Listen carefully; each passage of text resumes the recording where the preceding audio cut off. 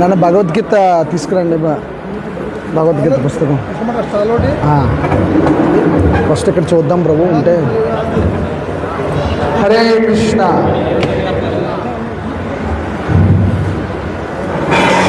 జయ రాధా మాధవ కుంజ విహారీ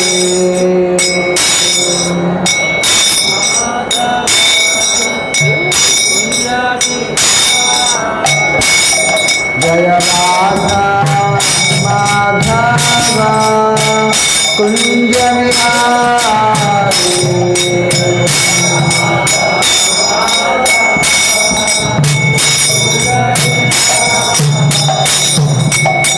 గోపీ జన వల్లభ గిరివరధారి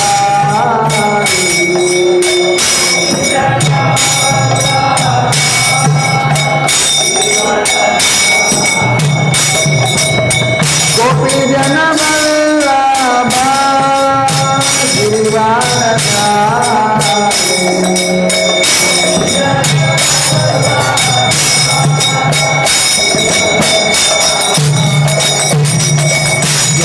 యశోదానందన వ్రజనరంజన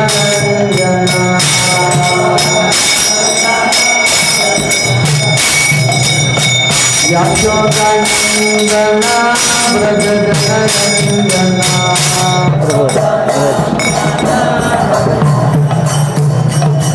యశోదానందన వ్రజనరంజన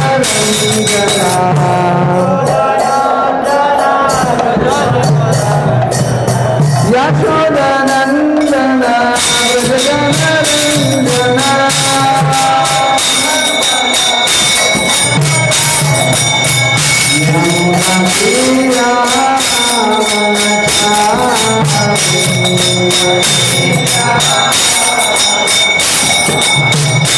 యమునా తీరా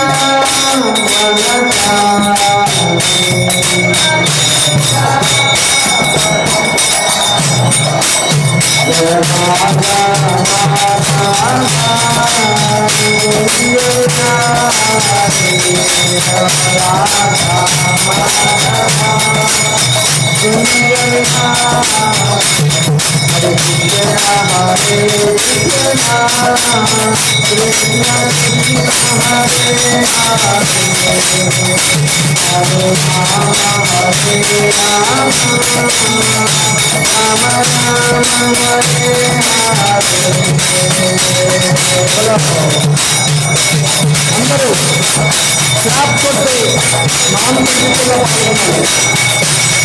హరినామ సంకీర్తన కలియుగ ధర్మం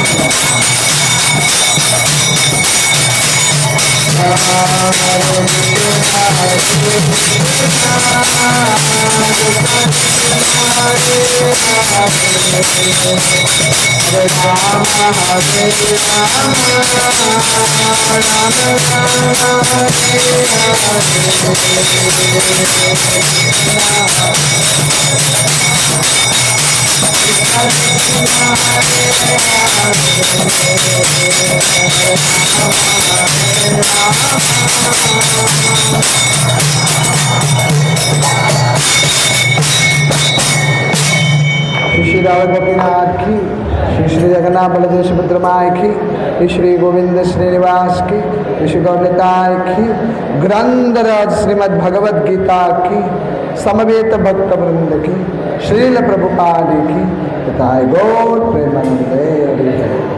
అందరూ నేను చెప్పినట్టు చెప్పండి. రెండు చేతులు జోడించి హృదయ స్థానం దగ్గర పెట్టుకుని చెప్పండి. ఓం నమో భగవతే వాసుదేవాయ.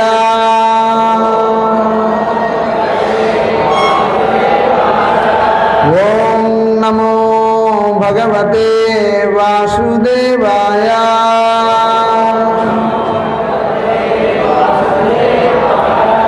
ఓం నమో భగవతే వాసుదేవాయ.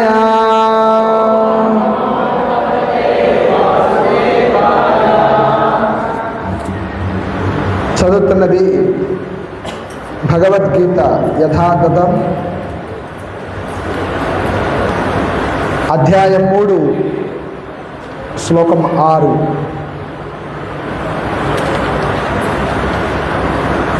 చెప్పండి. యజ్ఞార్థాత్ కర్మణః అన్యత్ర లోకః అయం కర్మబంధనః తత్ అర్థం కర్మ కౌంతేయ ముక్తసంగ సమాచర. శ్లోకాన్ని కలిపి చదువుదాం, విడివిడిగా చదవాం. యజ్ఞార్థాత్ కర్మణోన్యత్ర యజ్ఞార్థాత్ కర్మణోన్యత్ర లోకోయం కర్మబంధనః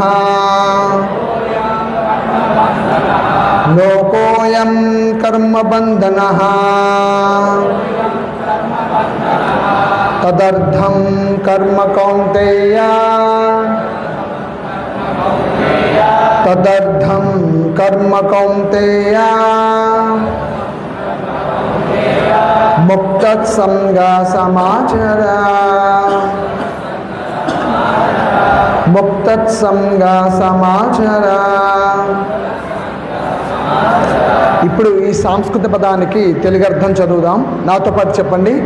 యజ్ఞార్థాత్, గట్టిగా, యజ్ఞార్థాత్ యజ్ఞుని లేదా విష్ణువు కొరకు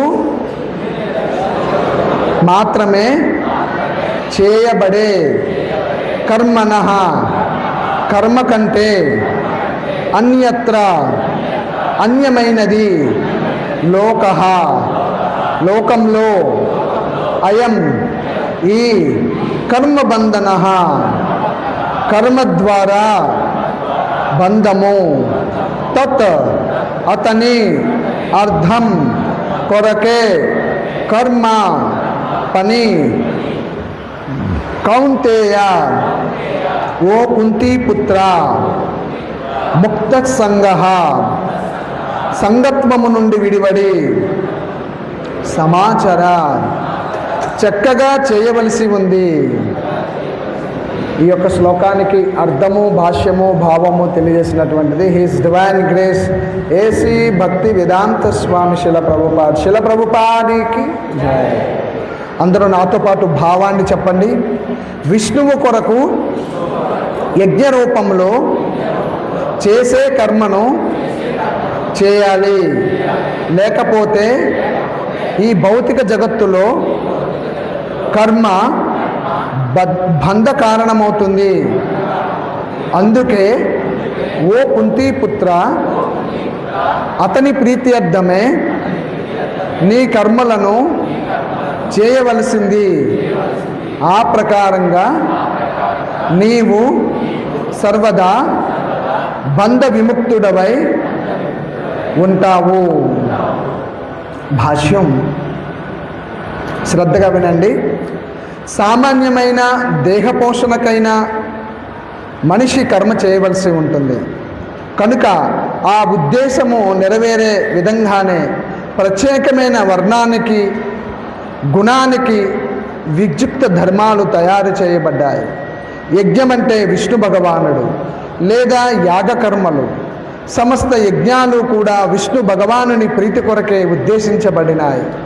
యజ్ఞో వై విష్ణు అని వేదాలు ఆదేశిస్తున్నాయి. ఇంకొక రకంగా చెప్పాలంటే మనిషి విద్యుక్త యజ్ఞాలు చేసినా లేదా ప్రత్యక్షంగా విష్ణు భగవానుని సేవించిన ఒకే ఉద్దేశము నెరవేరుతుంది. కనుక కృష్ణ భక్తి భావన అనేది ఈ శ్లోకంలో చెప్పబడినట్లుగా యజ్ఞమును నిర్వహించడమే అవుతుంది. వర్ణాశ్రమ పద్ధతి ద్వారా విష్ణు భగవానుని ప్రీతిని లక్షించి ఉంటుంది. వర్ణాశ్రమాచారవత పురుషేణ పరః పుమాన్ విష్ణురారాధ్యతే.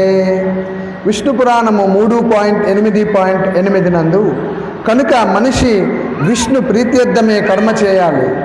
ఈ భౌతిక జగత్తులో ఇతర ఏ కర్మ అయినా బంధ కారణమే అవుతుంది.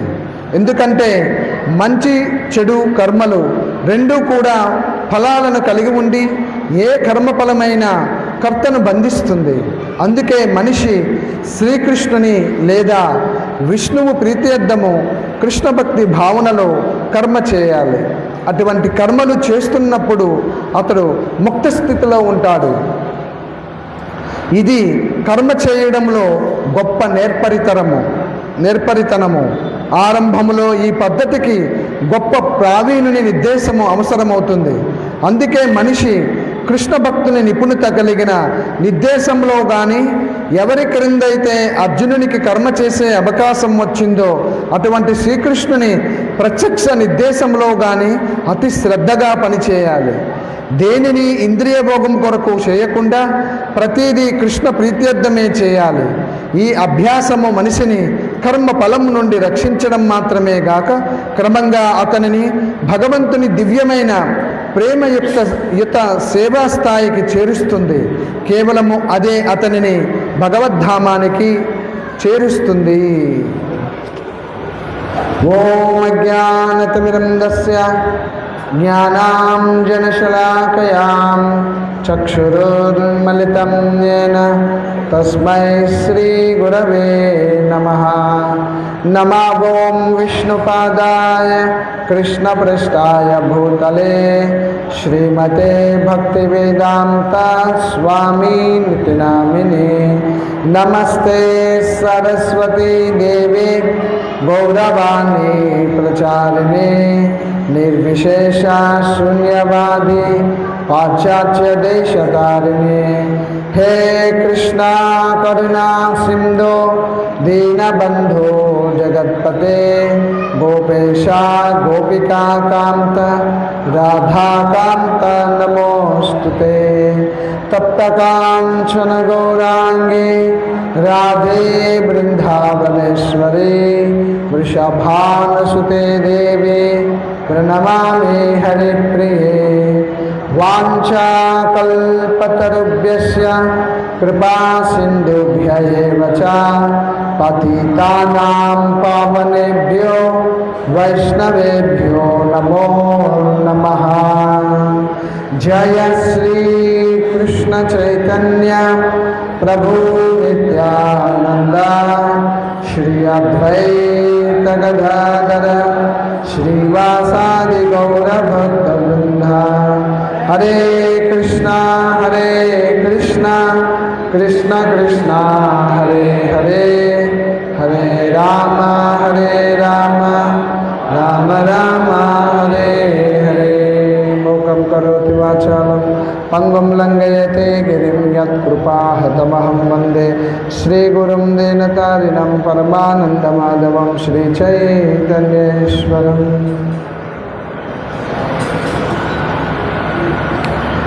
యజ్ఞార్థాత్ కర్మణోన్యత్ర లోకోయం కర్మబంధనః తదర్థం కర్మ కౌంతేయ ముక్తత్సంగ సమాచర.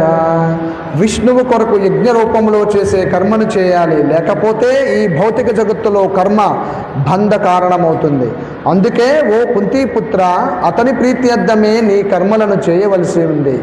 ఆ ప్రకారంగా నీవు సర్వదా బంధ విముక్తుడివై ఉంటావు.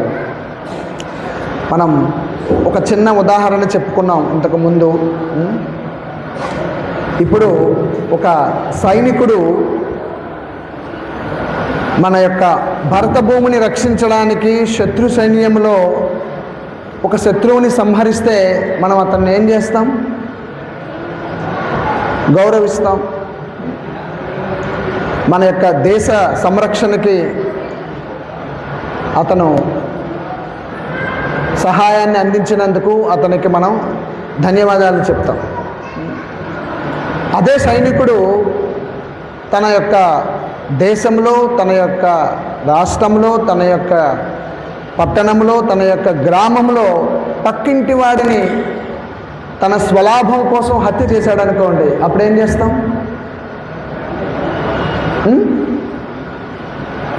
శిక్షిస్తాం. అదే సైనికుడు చంపడం అన్నటువంటిది ఒకటే, అక్కడ ఎవరి కోసం చేశాడు, ఇక్కడ ఎవరి కోసం చేశాడు? అక్కడ ఎవరి కోసం చేశాడు? దేశ సంరక్షణ కోసం చేశాడు. ఇక్కడ ఎవరి కోసం చేశాడు? తనకి, తన స్వలాభానికి ఏదో అవరోధం కలిగి పక్కింటి వాడిని హత్య చేశాడు. సో ఇక్కడ శిక్షిస్తాం. ఇక్కడ వ్యత్యాసం అదే. ఈ శ్లోకంలో మన కోసం కర్మ చేస్తే మనం బంధింపబడతాం, కర్మ బంధనాలలో చిక్కుకుంటాం. మళ్ళా తిరిగి జన్మ తీసుకోవాలి, మళ్ళా గ్రహాలు మారాలి, బ్రహ్మాండాలు మారాలి. ఆ జన్మాన్ ఆ బ్రహ్మాన్ భువనాన్ లోక పునరావర్తినో జనా మాముపేక్షత కౌంతేయ పునర్జన్మన విద్యతే. కృష్ణుడు భగవద్గీతలో చెప్పినట్టుగా ఆ బ్రహ్మాన్ భువనాన్ లోక, బ్రహ్మలోకం నుంచి పాతాళ లోకం వరకు నువ్వు ఎక్కడికి వెళ్ళినా పునర్జన్మ ఉంది. పుట్టుక లేకుండా నువ్వు లేవు. ఎందుకు? భౌతిక జగత్తు. ఈ భౌతిక జగత్తులో 14 భువన పాండవులు ఖచ్చితంగా ఈ భౌతిక శరీరాన్నే కలిగి ఉంటాయి. అందువల్ల ఆత్మ తప్పకుండా ఈ యొక్క భౌతిక శరీరాన్ని స్వీకరించాల్సిందే. మరి పుట్టుక, జన్మ ఒక దుఃఖం, మృత్యువు ఒక దుఃఖం. మరణం అంటే ఇష్టమా మీకు ఎవరికైనా? చాలా భయానకంగా ఉంటుంది. మధ్యలో ముసలితనం, వ్యాధి, ఇవి దుఃఖాలు. మరి కృష్ణుడు ఏమంటున్నారు? తన ధామంలో ఇవి 4 లేవంటున్నాడు. ఎక్కడ? వైకుంఠం, గోలోక బృందావనంలో జన్మ లేదు, మృత్యువు లేదు, ముసలితనం లేదు, వ్యాధులు లేవు. అందుకనే అది వైకుంఠ, ఇది కుంట. ఇక్కడ అన్ని క్లేశాలే, దుఃఖాలే. మొట్టమొదట అది తెలుసుకోవాలి మనం. అందుకని మనం చేసేటువంటి కర్మ మనల్ని మళ్ళా జన్మ తీసుకునేటట్లుగా, ఈ కర్మ బంధనాలలో చిక్కుకునేటట్లుగా చేసుకోకూడదు. తెలివైన వాడు ఈ కర్మ బంధనాల నుంచి ఏ విధంగా బయటపడాలి అన్నటువంటిది ఈ శ్లోకం ద్వారా తాను తెలుసుకోవాలి. లోకోయం కర్మ బంధన అంటున్నాడు భగవంతుడు. కర్మ అంటేనే అదొక గొప్ప యజ్ఞం అండి. ఎవరి కోసం చేసినప్పుడు? విష్ణు ప్రీత్యర్థం చేసినప్పుడు. యజ్ఞము అంటే అది ఒక క్రతువు కాదండి. మనం చేసేటువంటిది ఏ పని అయినా అది భగవత్ ప్రీత్యర్థం చేస్తే అది యజ్ఞమే. కలియుగంలో యజ్ఞం ఏమిటి? సంకీర్తన యజ్ఞం. చెప్పండి, చేతులు 2 పైకెత్తి శరణాగతి చెప్పండి. హరే కృష్ణ హరే కృష్ణ కృష్ణ కృష్ణ హరే హరే, హరే రామ హరే రామ రామ రామ హరే హరే. ఇది కలియుగంలో యజ్ఞం, సంకీర్తన యజ్ఞం. శాస్త్రాలు మనకు ఉపదేశిస్తూ ఉన్నాయి. ఏమని? కృతయతే ధ్యాయతో విష్ణుం త్రేతాయై యజతై ముఖై ద్వాపరే పరిచర్యాయాం కలో హరినామ సంకీర్తన. సత్యయుగంలో తపస్సులు, త్రేతాయుగంలో యజ్ఞయాగాదులు, ద్వాపర యుగంలో విగ్రహారాధన, కలియుగంలో నామ సంకీర్తన. హరినామ సంకీర్తనమే ఒక గొప్ప యజ్ఞం. అందుకనే మనం ప్రతిరోజు కూడా క్రమం తప్పకుండా 16 మాలలు జపాన్ని మనం చేస్తూ ఉంటాం. జపం అన్నటువంటిది వ్యక్తిగతమైనటువంటి సాధన. అలాగే సంకీర్తన అన్నటువంటిది భక్తులందరూ కూడా కూడి చేసేటువంటి సంకీర్తన. అందరూ కలిసి చేస్తే సంకీర్తన, వ్యక్తిగతంగా చేస్తే అది జపంలోకి వస్తుందన్నమాట. సో ఇక్కడ మనము ఈ శరీరాన్ని పోషించుకోవాలంటే తప్పకుండా కర్మ చేయాలి. చేయాలా? కర్మ చేయకుండా మనం ఈ శరీరాన్ని పోషించగలమా? పోషించలేము. అందుకని మనము కర్మ చేయాలి. కానీ ఆ కర్మని భగవత్ ప్రీత్యర్థంగా ఏ విధంగా మనం చేయాలి అంటే అది అభ్యాసము ద్వారా దాన్ని మనం అభ్యసించినట్లయితే అది చాలా సులభంగా మనము మన కర్మని కృష్ణ చైతన్య కర్మగా మనం మలుచుకోవచ్చు. ఇప్పుడు మనం ఒక వ్యాపారం చేస్తున్నాం అనుకోండి, ఆ వ్యాపారం ద్వారా వచ్చినటువంటి ఆదాయానికి యజమానిగా మీరు విష్ణువుని ప్రకటిస్తే చాలు. ఆ వచ్చినటువంటి ధనంలో కొంత ధనాన్ని భగవత్ సేవకై, కొంత ధనాన్ని భక్తుల సేవకై, మీరు కొంత ధనాన్ని దాన ధర్మాలకి, మరికొంత ధనాన్ని మీకు కష్టం వచ్చినప్పుడు ఉపయోగించుకోవడానికి 4 భాగాలుగా చేసి మీరు వినియోగించారనుకోండి, అది విష్ణు ప్రీత్యర్థమే ఆ కర్మ. ఎందుకు అంటే మనం రూపాయి సంపాదిస్తే మన కోసం పావలాయే దాచుకోవాలండి. ఎంత దాచుకోవాలి? పావలా అంటే 25%. శ్రీల రూప గోస్వామి, శ్రీల సనాతన గోస్వామి, మన సాంప్రదాయంలో గోస్వాములు ఉన్నారండి. శ్రీ సాంప్రదాయంలో జీయర్లు, ఆల్వార్లు ఎలాగైతే ఉన్నారో, వైష్ణవ సాంప్రదాయంలో మన బ్రహ్మ మధ్వ గౌడీయ వైష్ణవ సాంప్రదాయంలో మనం శ్రీ రాధాకృష్ణుల్ని పూజిస్తాం. ఈ సాంప్రదాయానికి చెందినటువంటి వాళ్ళు. ఇది మధ్వ సాంప్రదాయంలో శ్రీ చైతన్య మహాప్రభువు రావడం వల్ల గౌడీయ వైష్ణవ సాంప్రదాయంగా ఇది మార్పు చెందింది. గౌడీయ అంటే కృష్ణుని దగ్గర శ్రీమతి రాధారాణి ఉంటుంది, గోపికా భావన, బృందావన భావన, శ్రీ రాధాకృష్ణుల్ని ఆరాధించేటువంటి వాళ్ళని గౌడీయులు అంటారు. ఏమంటారు? గౌడీయ వైష్ణవులు అంటారు. సో అందుకని గౌడ దేశం అంటారు. బెంగాల్, వెస్ట్ బెంగాల్లో శ్రీ చైతన్య మహాప్రభు ఆవిర్భవించారు. అక్కడ నవద్వీప్ ధామ్, ఆ ధామంలో శ్రీ చైతన్య మహాప్రభువు అవతరించారు. కలియుగంలో కృష్ణుని యొక్క అవతారం అది, కృష్ణుని యొక్క అవతారం. కలియుగంలో ఎప్పుడైతే కృష్ణుడు ద్వారకని ఎప్పుడైతే లీల పరిసమాప్తి చేసి ఆయన తన నిత్యలీలల్లోకి ప్రవేశిస్తూ మళ్ళా తన ధామానికి వెళ్ళిపోతూ ఉన్నాడో, ఆధ్యాత్మిక జగత్తుకి ఆయన వెళ్తూ ఉన్నాడో, అప్పుడు నారదముని చాలా దుఃఖపడుతూ ఉంటాడు. చాలా కొద్ది మందే ఉంటారు కృష్ణుడి దగ్గర. ఉద్ధవుడు, అలాగే నారదముని వంటి చాలా ముఖ్యమైనటువంటి భక్తులు ఉంటారన్నమాట. నారదముని మనస్సు చాలా కలత చెంది ఉంటుంది. ఆయన ముఖంలో కళ ఉండదు. కారణం ఏంటి అంటే కలియుగంలో వచ్చేటువంటి దుష్ప్రభావాలని ఆయన గుర్తు చేసుకుంటూ ఆయన కలత చెందాడు. ఆయన నారదముని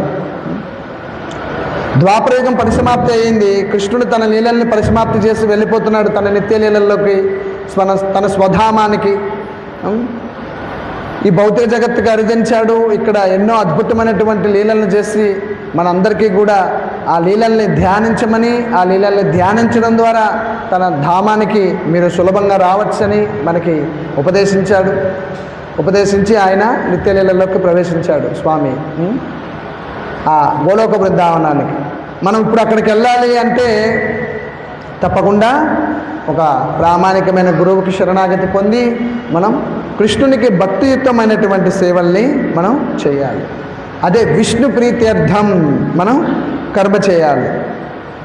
లేకపోతే ఇప్పుడు సైనికుని యొక్క ఉదాహరణ, దేశం కోసం చంపాడు, అతన్ని మనం గౌరవించాం.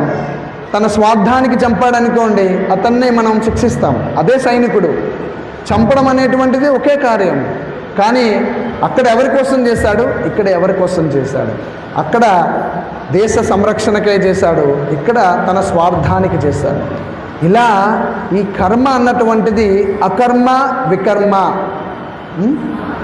అని చెప్పబడుతుందన్నమాట. మనము కర్మ చేయడం అన్నటువంటిది మంచి కర్మలు చేసినా చెడు కర్మలు చేసినా ఇవి రెండూ కూడా మనకి ఫలితాలను ఇస్తాయి. మనం ఏం చేయాలో తెలుసా? కర్మ చేయాలి, కానీ కృష్ణ సంబంధమైనటువంటి కర్మలు చేయాలి. అంటే మనం చేసేటువంటి కర్మలు కృష్ణుడితో ముడిపడి ఉండాలి.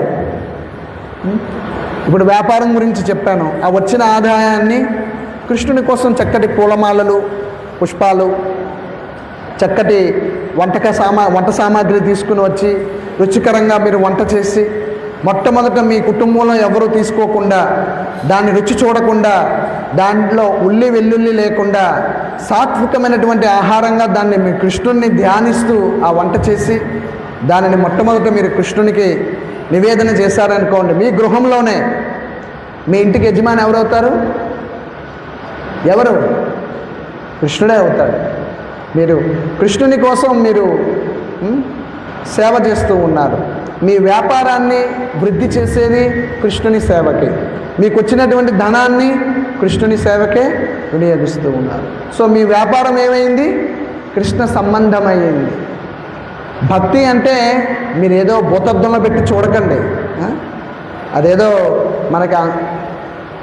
మనకు సాధ్యం కాదు అనేటువంటిది కాదండి. మనం చేసుకునేటువంటి దైనందిన జీవితాన్నే మనం భగవత్ సంబంధంగా మనం చేసుకున్నట్లయితే మన యొక్క దైనందినటువంటి కర్మలన్నీ కూడా కృష్ణ సంబంధం చేసుకున్నట్లయితే అవే భక్తియుక్తమైనటువంటి సేవలండి. భక్తియుక్తమైనటువంటి సేవ అంటే కృష్ణేంద్రియ ప్రీతి కోసం చేయాలి, మన స్వీయ ఇంద్రియ ప్రీతి కోసం కాదు. స్వీయేంద్రియ ప్రీతి అంటే మన కోసం. మన కళ్ళు అందమైన వస్తువుల్ని చూడాలనుకుంటే వాటిని సంతోషపరచడానికి కర్ణాటకలో ఉంది కదా జాగ్ ఫాల్స్. ఇప్పుడు వేసవికాలం బాగా రద్దీగా ఉంటుంది అక్కడ.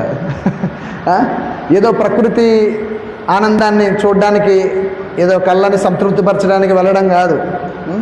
బృందావనానికి వెళ్ళాలి, కృష్ణుణ్ణి అక్కడ సందర్శించాలి, కృష్ణుని యొక్క వైభవాన్ని చూడాలి. అది సందర్శనే, ఇది సందర్శనే. కానీ కృష్ణ సందర్శన మీకు సమస్త శుభాలను కలిగిస్తుంది. భౌతికమైనటువంటి ఒకవేళ ప్రకృతిని చూసినా ఆ కృష్ణుణ్ణి కానీ మీకు గుర్తు చేసినట్లయితే ఆ ప్రకృతి మయాధ్యక్షేణ ప్రకృతి సూయతే సచరాచరం హేతునానేన కౌంతేయ జగద్వి పరివర్తతే. కృష్ణుడు చెప్తున్నాడు భగవద్గీతలో శ్లోకం. మయాధ్యక్షేణ ప్రకృతి, ప్రకృతి ఆయన అధ్యక్షతనుంది. నీవు చూసే ప్రతి ఒక్క సృష్టిలో ప్రతి ఒక్క దానిని మీరు చూసినప్పుడు కృష్ణుణ్ణి గుర్తు చేసుకుంటే, రసోహమప్సు కౌంతేయ ప్రభాస్మిన్ శశి సూర్యయో ప్రణవ సర్వవేదేషు శబ్దకే పౌరుషం ఋషు. ఇది భగవద్గీత శ్లోకం. రసోహమప్సు కౌంతేయ, నీటి యందు రుచిని నేను అంటున్నాడు. ఇప్పుడు వేసవికాలం బాగా దప్పిక కొని ఉన్నాం. చక్కటి చల్లటి నీళ్లు మనం తాగామనుకోండి, మనకి ఎంతో ఉపశమనం కలుగుతుంది ఈ దేహానికి. అవునా? మీరు వెంటనే ఏం చేయాలి? ప్రతి గుటక వేస్తూ కృష్ణుణ్ణి ధ్యానించాలి, కృష్ణుని యొక్క దివ్యమైనటువంటి రూపాన్ని మెడిటేట్ చేయాలి. సో ఆ నీటిలో ఉండేటువంటి రుచిని మీరు ఆస్వాదిస్తున్నారు కదా, ఆ రుచే కృష్ణుడు. రసోహమప్సు కౌంతేయ, నీటి యందు రుచి కృష్ణుడు. అందువల్ల ఈ యొక్క యజ్ఞము అన్న దానికి నిర్వచనం ఏంటి అంటే, మంట పెట్టి పొగపెట్టడం కాదు. మనం చేసేటువంటి ప్రతి ఒక్క కర్మ కూడా ఒక యజ్ఞమే. ఆ యజ్ఞాన్ని విష్ణు ప్రీత్యర్థము కానీ మనం చేసినట్లయితే అది మనల్ని కర్మబంధనాలలో చిక్కుకోకుండా చేస్తుంది. ఒక్కసారి కర్మబంధనాలలో మీరు చిక్కుకుంటే మళ్ళా మానవ జన్మ రాదు. తిరిగి మళ్ళా మీరు పశు, పక్షి, క్రిమికీటకాదుల్లోకి, వాటి యోనుల్లోకి వెళ్ళిపోతాం మనం అందరం కూడా. 84 లక్షల ప్రాణులు ఉన్నాయి సృష్టిలో. జలజానవ లక్షాన్ని, నీటిలో సంచరించేటువంటి 9 లక్షలు, 11 లక్షలు పక్షులు, 20 లక్షలు 4 కాళ్ళ జంతువులు, ఇలా సరీసృపాలు, అన్ని రకాలైనటువంటి ప్రాణులు 84 లక్షల ప్రాణులు ఉన్నాయట. తిరిగి మళ్ళీ మనకి మానవ జన్మ వస్తుందని చెప్పేదానికి గ్యారెంటీ ఏమీ లేదు. అందువల్ల జంతువు జన్మకి మానవ జన్మకి మధ్య వ్యత్యాసం ఏమిటి అంటే, అవి ఆహారాన్ని భుజిస్తాయి, నిద్రిస్తాయి, సంతానాన్ని ఉత్పత్తి చేస్తాయి, ఆత్మరక్షణ చేసుకుంటాయి. మరి మనము పుడుతున్నాము, సంతానాన్ని ఉత్పత్తి చేస్తున్నాము, ఆత్మరక్షణ చేసుకుంటున్నాము, ఆహారాన్ని భుజిస్తున్నాము, నిద్రిస్తున్నాము. మరి పశువుకి మనిషికి తేడా ఎక్కడుంది? ఏం లేదు, ఒక్క చోటు ఉందంటే. భగవంతుని గురించి తెలుసుకునే అవకాశం మానవ జన్మలో ఉంది, పశుపక్షి ప్రాణుల్లో భగవంతుని గురించి తెలుసుకునే అవకాశం లేదు. అందుకనే వేదాంత సూత్రాలలో అధాతో బ్రహ్మ జిజ్ఞాస అంటే మొట్టమొదటి సూత్రం ఏంటంటే నువ్వెవరివి, శరీరానివా ఆత్మవా. ఫస్ట్ మనం తెలుసుకోవాల్సినటువంటి తొలి మెట్టు ఆధ్యాత్మిక జీవితంలోకి అడుగుపెట్టిన వెంటనే నిన్ను ప్రశ్నించేటువంటి మొదటి ప్రశ్న ఏంటంటే నువ్వు రావాలన్నా కానీ భగవంతుని యొక్క చింతనలోకి నేను శరీరాన్ని కాదు నేను ఆత్మని అని మొట్టమొదట మీరు తెలుసుకున్నప్పుడే మీరు ఈ మార్గంలోకి రాగలరు, లేకపోతే రాలేరు. నేను ఈ శరీరాన్ని మనం ఐడెంటిఫై చేసుకుంటే శరీరంతో ఇంకా కృష్ణుడేంటి మన ఏముంది, అంత మనమే, అంత మన కోసమే, ఇంకేం లేదు. కానీ ఎప్పుడైతే మనం నేను ఈ శరీరాన్ని కాదు అనేటువంటి విషయాన్ని తెలుసుకున్నప్పుడే మనం ఆత్మ సాక్షాత్కారాన్ని పొందిన వాళ్ళం అవుతాం. అలాగే అర్జునుడు కూడా చాలా తెలివైన వాడండి. కృష్ణుడు చెప్పినటువంటి భగవద్గీత అంతా చక్కగా విన్నాడు. లాస్ట్కి ఏమన్నాడు, చివరికి కరిష్యే వచనం తవా, కృష్ణ నువ్వేం చెప్తే నేను అది చేస్తాను. మొదటి అధ్యాయం అంతా ఏంటి మీరందరూ చదివారు, అర్జున విషాద యోగం. ధనుర్బాణాలు వదిలేసి భయం కాదండి అర్జునుడికి, ఎందుకు వచ్చినగా వైభోగం ఇది, ఈ రాజ్యాలు రాజ్యభోగాలు ఇవన్నీ అవసరమా, ఇంతమంది కుటుంబ పరివారం, తండ్రులు, గురువులు, సోదరులు, బావమరుదులు, తాతలు, పినతండ్రులు అందరినీ కూడా చంపి ఈ రక్త పంకిలమైనటువంటి ఈ యొక్క భోగాల మనం అనుభవించేది దేనికి అని చెప్పి అతను వదిలేయాలనుకున్నాడు. మరి అది క్షత్రియుడిగా మరి అర్జునుడి యొక్క ఆలోచన సరికాదు, అవునా? క్షత్రియుడిగా పుట్టాడు, క్షాత్రకర్మ స్వభావజం. ఏంటి క్షత్రియుడు ఏం చేయాలి, పోరాడాలి. మరి అతను నపుంసకుడిగా చేతగాని వాళ్ళలాగా అయిపోతానంటే అర్జునుడు ఊరుకుంటాడా? యుద్ధం చేయి, ఫలితం ఆశించొద్దు, నీ కర్తవ్యం నువ్వు యుద్ధం చేయి, యుద్ధం కోసమే నువ్వు యుద్ధం చేయి. మా మనుస్మరణ యుద్ధచ మయ్యర్పిత మనోబుద్ధి, నా గురించి నువ్వు యుద్ధం చేయి, నన్ను స్మరిస్తూ యుద్ధం చేయాలి. కృష్ణుడి కోసమే చేశాడు అర్జునుడు యుద్ధం, తన కోసం అయితే చేయడండి. అది మనము ఏదైనా భగవద్గీత నుంచి నేర్చుకున్నామా అంటే ఇది చాలా ముఖ్యమైన శ్లోకం అండి. మీరు ఇది ఈరోజు ఈ ఆదివారం మనం తీసుకున్నటువంటి ఈ శ్లోకము భగవద్గీత 700 శ్లోకాలలో 108 శ్లోకాలని మనకి శ్రీల ప్రభుపాదుల వారు ముఖ్యమైనటువంటి శ్లోకాలుగా అందించారు. అంటే ప్రచారానికి ఉపయోగపడ్డానికి, కోట్స్ ఇవ్వడానికి అన్నమాట ఎవరికైనా. అందులో ఈ శ్లోకం చాలా ముఖ్యమే. ఈ భౌతిక జగత్తులో ఇతర ఏ కర్మ అయినా బంధ కారణమే అవుతుంది. ఎందుకంటే మంచి చెడు కర్మలు రెండూ కూడా ఫలాలను కలిగి ఉండి ఏ కర్మ ఫలమైనా కర్తను బంధిస్తుంది. అందుకే మనిషి శ్రీకృష్ణుని ప్రీత్యర్థము కృష్ణ భక్తి భావనలో కర్మ చేయాలి. అటువంటి కర్మలు చేస్తున్నప్పుడు అతడు ముక్త స్థితిలో ఉంటాడు. మీరు ఎప్పుడైతే కృష్ణుని కోసం కర్మలు చేశారో మీరు ముక్త పురుషులు, మీరు సామాన్యమైనటువంటి వ్యక్తులు గారు, సాధువులైనట్లే. ముక్త స్థితి అంటే అదే. గోపికలకి మరి అత్యుత్తమమైనటువంటి స్థానాన్ని ఆచార్యులు ఇచ్చారు, సాక్షాత్తు శ్రీకృష్ణ భగవానుడే ఇచ్చాడు, అలాగే శ్రీ చైతన్య మహాప్రభు కూడా ఇచ్చారు. గోపికలు అత్యుత్తమమైనటువంటి సమాధి స్థితిలో ఉన్నటువంటి గొప్ప భక్తులు అని. ఎందుకు 24 గంటలు కూడా కృష్ణుణ్ణి వాళ్ళు ధ్యానిస్తూనే ఉన్నారు. వాళ్ళు ఈ రెప్పలు ఎందుకు ఇచ్చాడని బ్రహ్మని తిడుతున్నారు. ఈ కంటికి రెప్పపాటు సమయంలో మేము ఆ భగవంతుని యొక్క దివ్యమంగళ రూపాన్ని దర్శించలేకున్నాం. క్షణమండి, క్షణంలో 11వ వంతు లవం. ఎంత బ్రహ్మదేవుని నిందిస్తున్నారన్నమాట గోపికలు. ఈ యొక్క రెప్పలు ఎందుకు పెట్టావయ్యా కంటికి అండి అంటే భగవంతుని యొక్క సౌందర్యాన్ని దర్శించడానికి. అందుకనే గోపికలు అత్యుత్తమమైనటువంటి భక్తులుగా మనకి ఆచార్యులు, గురువులు, సాక్షాత్తు శ్రీ చైతన్య మహాప్రభు కూడా మనకి సమాధి స్థితిలో ఉన్నారు. వాళ్ళు నిరంతరం ఆ కృష్ణుని యొక్క దివ్యమైనటువంటి లీలల్ని తదేకంగా మనస వాచ కర్మన ధ్యానిస్తూ ఉన్నారు గోపికలు. అందువల్ల వాళ్ళు స్త్రీలైనప్పటికీ కూడా వారు విశుద్ధ భక్తులుగా, భగవంతుని యొక్క విశుద్ధ భక్తులుగా వాళ్ళు పరిగణించబడ్డారన్నమాట. శ్రీకృష్ణుని ప్రత్యక్ష నిర్దేశంలో కానీ అతి శ్రద్ధగా పనిచేయాలి. దేనిని ఇంద్రియ భోగం కొరకు చేయకుండా ప్రతిదీ కృష్ణేంద్రియ ప్రీతి కొరకు మాత్రమే చేయాలి. ఈ అభ్యాసము మనిషిని కర్మఫలము నుండి రక్షించడమే గాక క్రమంగా అతనిని భగవంతుని దివ్యమైన ప్రేమయుక్త సేవా స్థాయికి చేరుస్తుంది. మీరు ఒకటే గుర్తుపెట్టుకోండి, శిల ప్రభుపాదుల వారు లాస్ ఏంజలస్లో అనుకుంటా, అమెరికాలో 1972 ఆ సమయంలో విదేశీ శిష్యులు కొంతమంది తయారయ్యారు.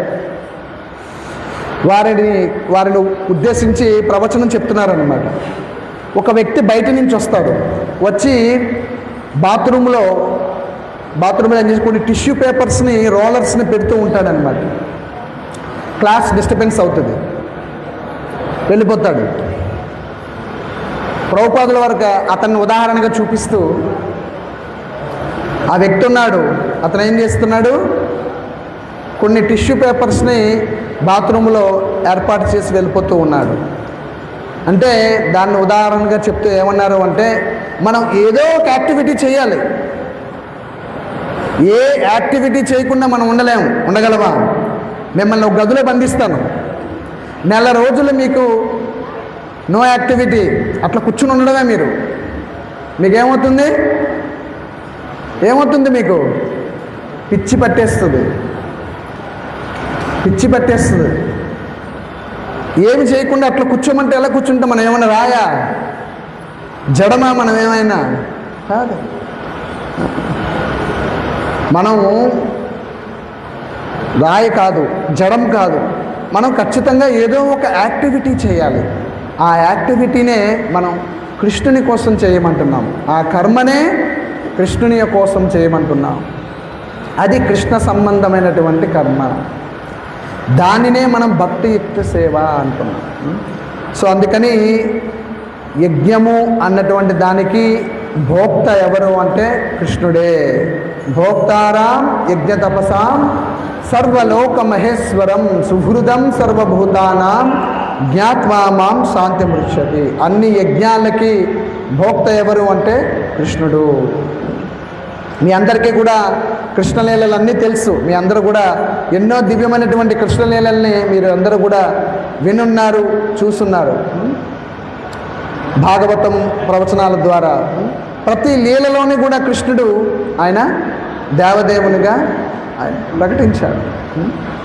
అందువల్ల మనం ప్రతి ఒక్క కర్మని కూడా కృష్ణ సంబంధంగా చేసుకోవడం అన్నటువంటిది అభ్యసించినట్లయితే అది భక్తియుక్త సేవగా మారి అది మనల్ని ఈ భౌతికమైనటువంటి ప్రాపంచికమైనటువంటి ఈ భౌతిక శరీరాన్ని విడిచిపెట్టి ఈ జన్మాంతరంలోనే కృష్ణుని యొక్క ధామానికి వెళ్ళేటట్లుగా మనకి తోడ్పడుతుందని చెప్పేసి మనకి ఈ శ్లోకం చెప్తుందన్నమాట.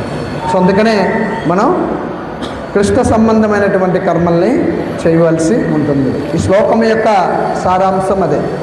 ప్రశ్నలు ఏమైనా ఉన్నాయా? Any doubts?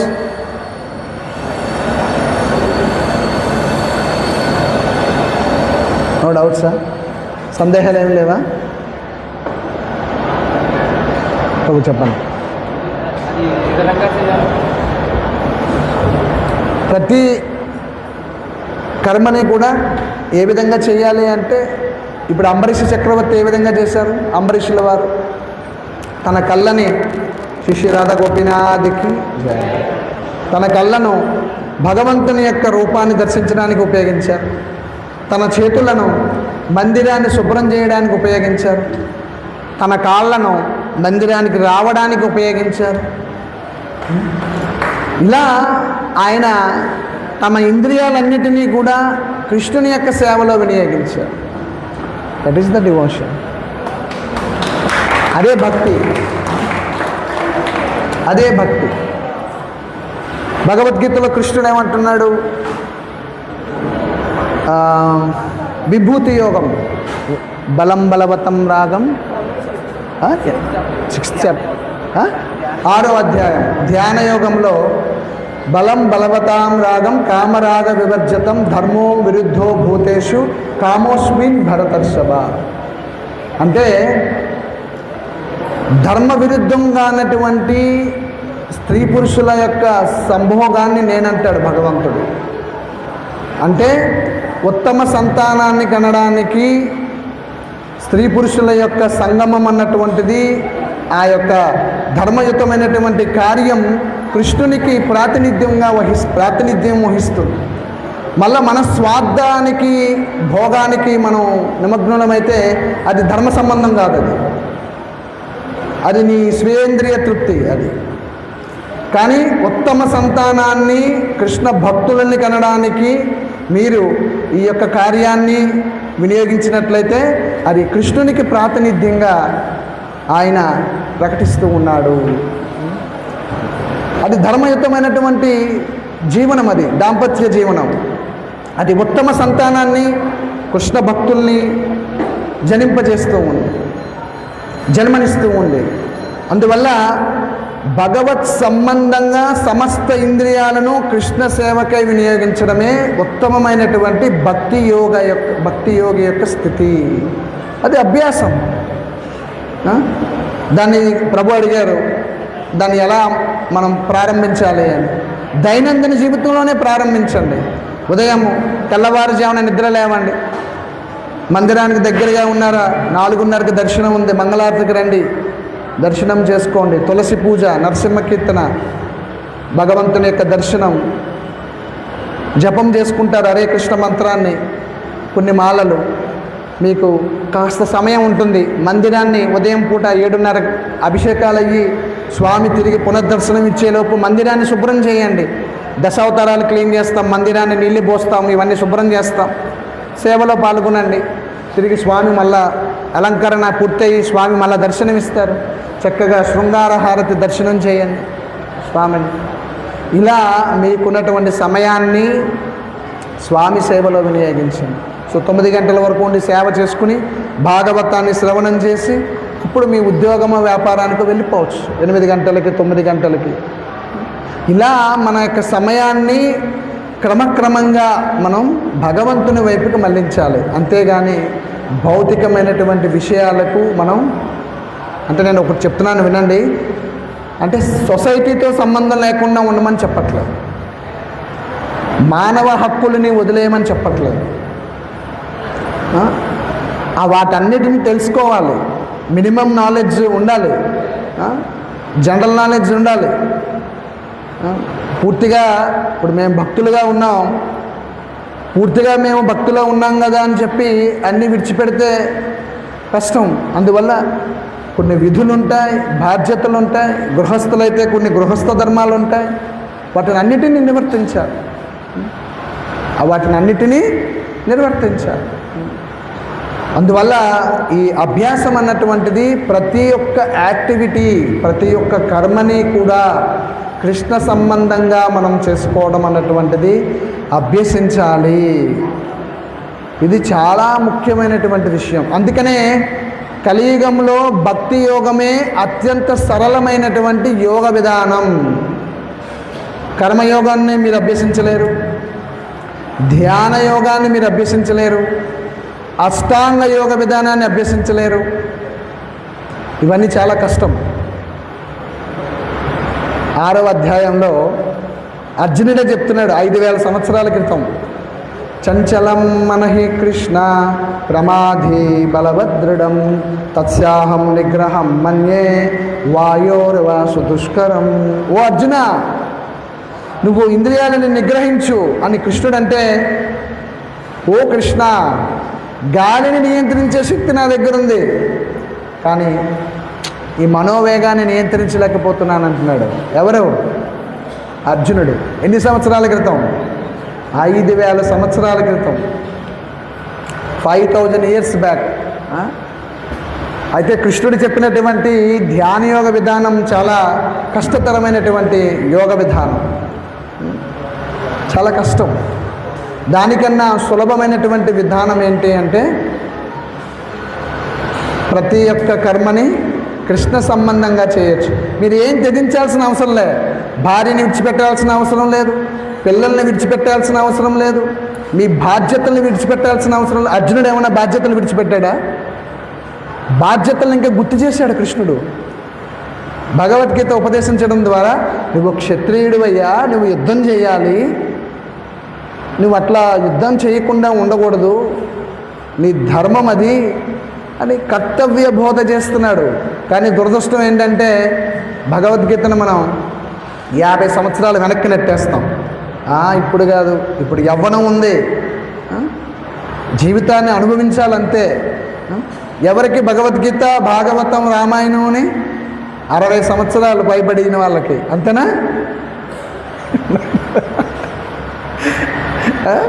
వయసు మీరిన వారికి ఆ వయసులో ఏం చేస్తారండి భక్తి?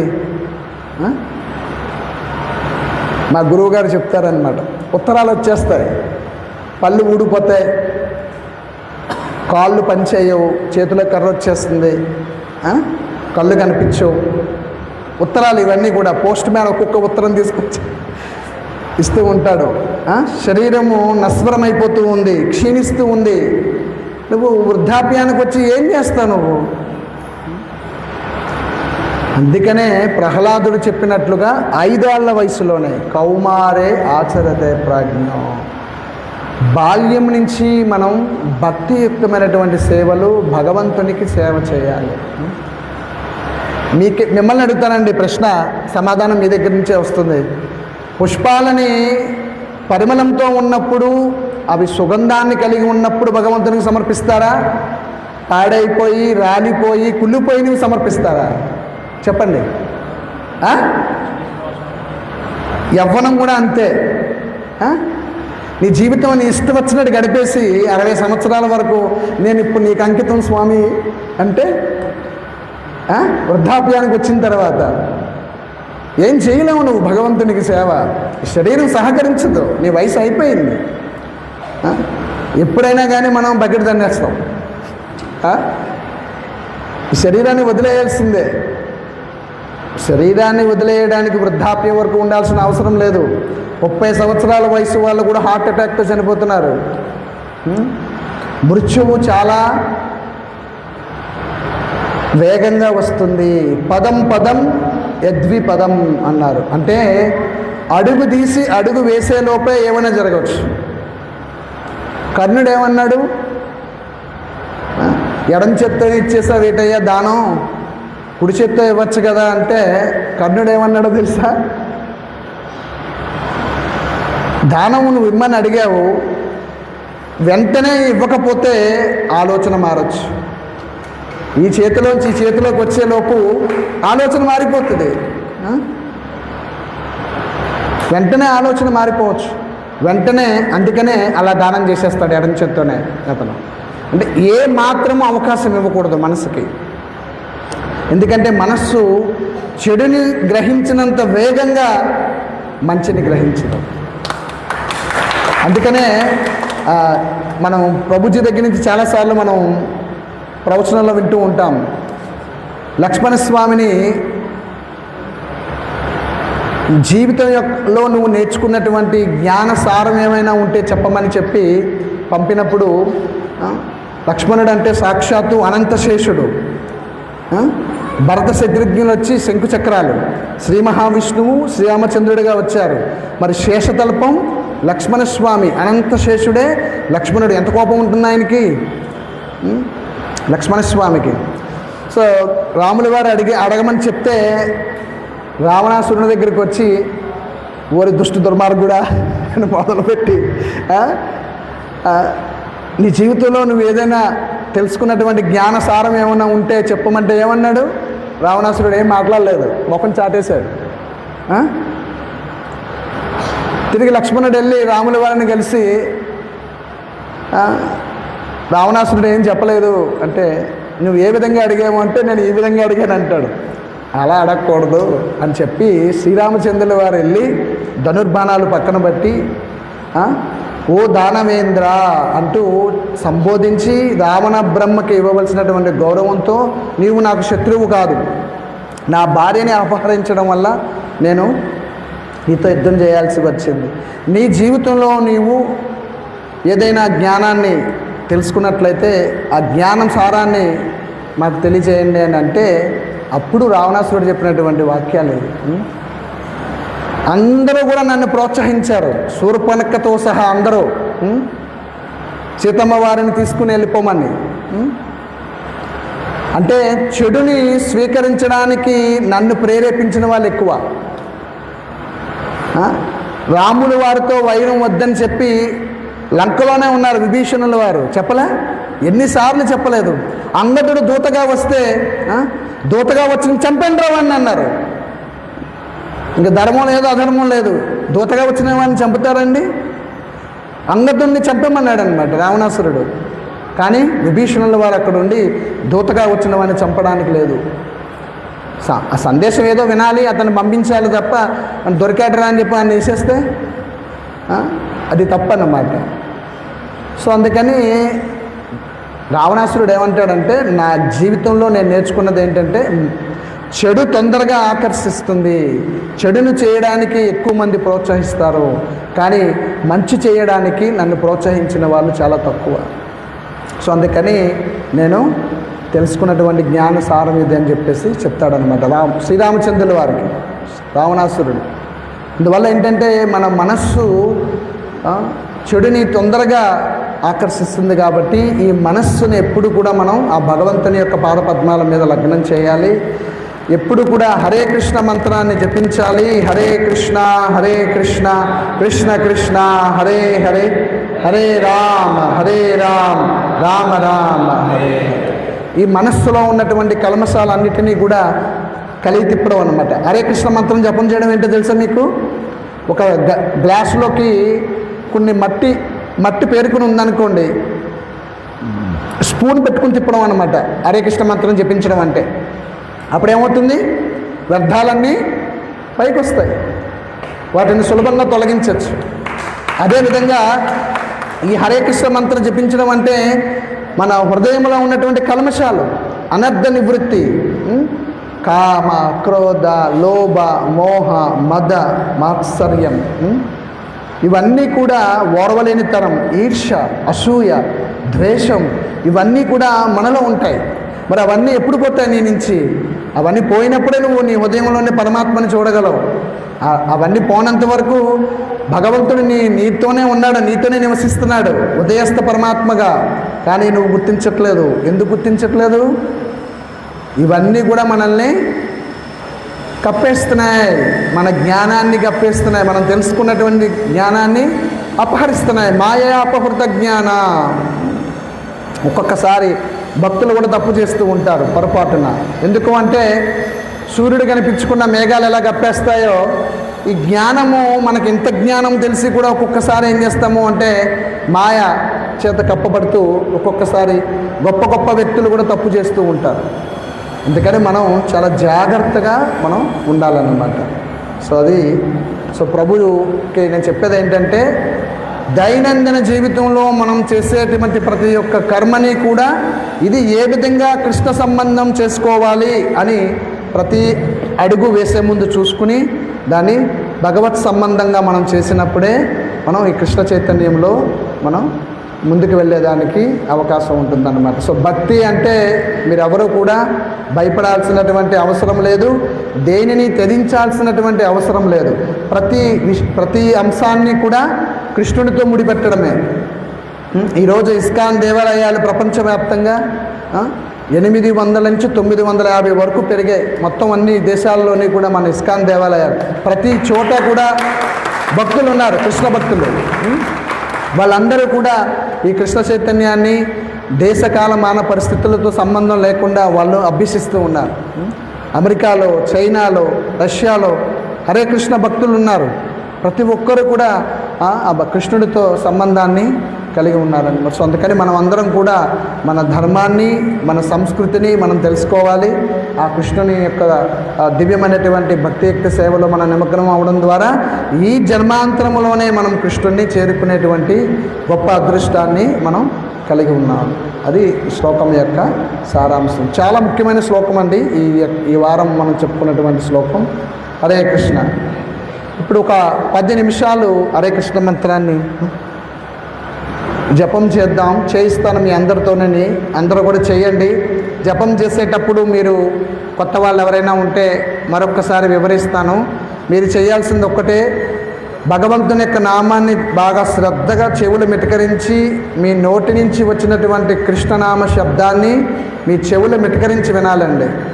ఓకే, అంటే మీరు చక్కగా నామాన్ని కీర్తిస్తున్నారు, చెవులతో శ్రవణం చేస్తున్నారు. ఇక్కడ శ్రవణ కీర్తనములు జరగాలి.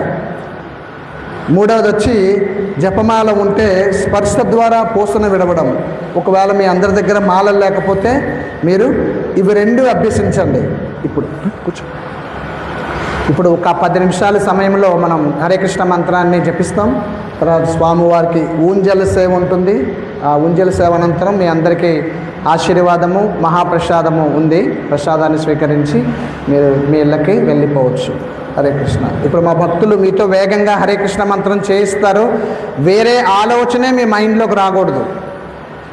సో మీరు ఫోకస్ అంతా కూడా మంత్రం మీదే పెట్టండి. మంత్ర అంటే మన్ అంటే మనసులో, త్ర అంటే మనసులో ఉన్నటువంటి కల్మశాలను తొలగించేటువంటిది మంత్ర జపం. ఓకే, హరే కృష్ణ. శిల ప్రభుపాదికి